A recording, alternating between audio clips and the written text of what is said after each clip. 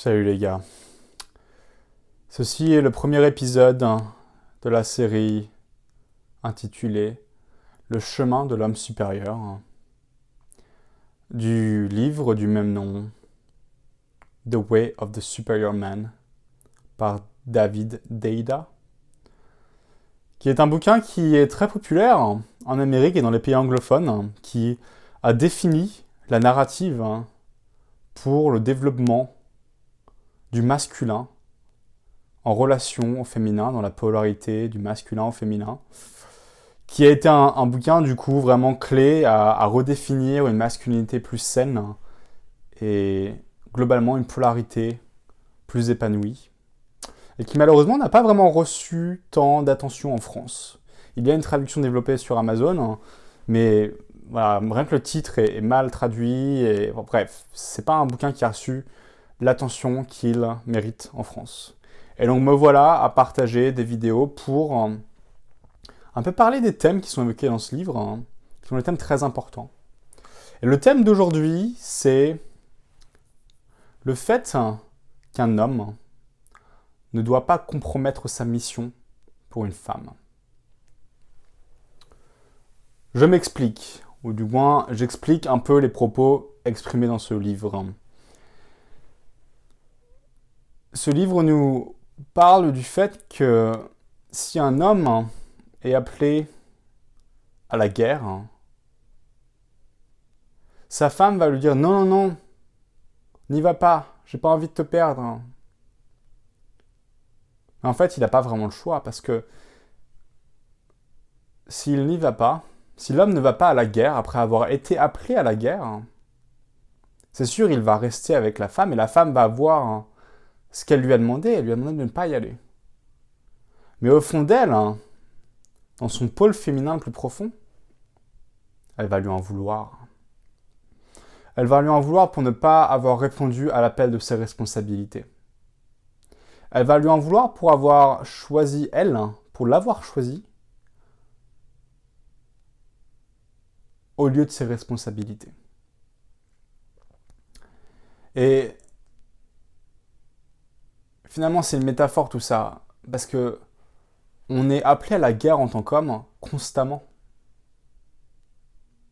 On est appelé par notre mission, par notre responsabilité, par ce qu'il y a de plus profond dans notre existence, parce que on doit apporter au monde, chaque homme, chaque être humain a quelque chose à apporter au monde, a un don à exprimer. Et la mission de l'homme, le don d'un homme, c'est jamais de faire de sa femme sa mission. Je dis pas que l'homme ne doit pas s'associer aux femmes, ce n'est pas le propos. Je dis que chaque homme a une mission. Je dis, et le bouquin dit, que chaque homme a une mission qui transcende son existence, qui est bien plus grande que lui-même, et qui est aussi bien plus grande que sa femme. Et que sa femme est secondaire à sa mission. Qu'il est là pour partager sa mission, pour partager son chemin avec sa femme. Pas pour la rendre le centre de sa vie, le centre de sa mission. Et quelque chose, c'est un propos très important parce que beaucoup d'hommes se perdent à ce niveau-là et écoutent de trop la femme. Parce que les femmes vont tester les hommes à plein de niveaux, consciemment ou inconsciemment. Et c'est pas un propos misogyne de dire ça. Ma copine elle-même me le dit, de façon dont elle teste sans le faire exprès au final. C'est comme ça. Et les femmes vont parfois dire des choses qu'elles ne pensent pas forcément, ou en tout cas qu'elles ressentent dans leurs émotions, mais qui ne sont pas forcément ce qu'il y a de plus sain à leur relation.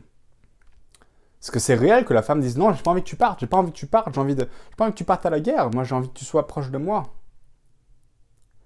Et en même temps, il y a une autre voix en elle-même, qu'elle partage ou pas, souvent elle ne le partage pas, qui dit t'as intérêt d'aller à la guerre. T'as intérêt de répondre à tes responsabilités. Parce que si t'y vas pas, comment est-ce que je peux te respecter?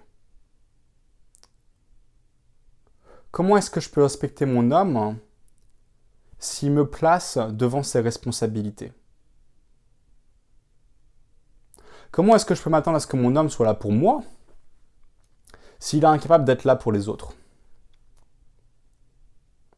Vous voyez le délire? Vous voyez la narrative, l'idée? C'est une idée très importante. Et c'est une idée qui demande un recentrage permanent. On ne peut pas s'amuser en tant qu'homme à se laisser couler et à se laisser absorber par une relation. Il est nécessaire de développer des temps de méditation, des temps de solitude, des temps de recentrage, une pratique, une discipline spirituelle, méditative, de développement personnel, pour se rapprocher de nous-mêmes constamment.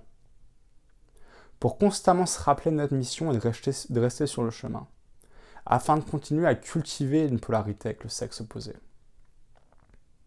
Si on commence à se laisser aller dans l'indulgence du sexe opposé, le sexe opposé va perdre le respect pour l'homme, pour nous, et la polarité va réduire, et la tension, l'attraction va diminuer, et du jour au lendemain, vous vous demandez « Pourquoi est-ce que mon couple ne fonctionne plus ?»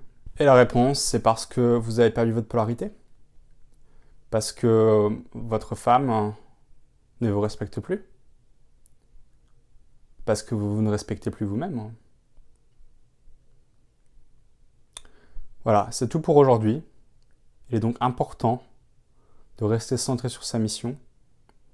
Et il n'y a rien de meilleur pour votre relation en fait. Il ne s'agit pas de délaisser votre partenaire. Il s'agit de comprendre qu'il est essentiel pour la santé de votre relation de ne pas vous abandonner dans la relation.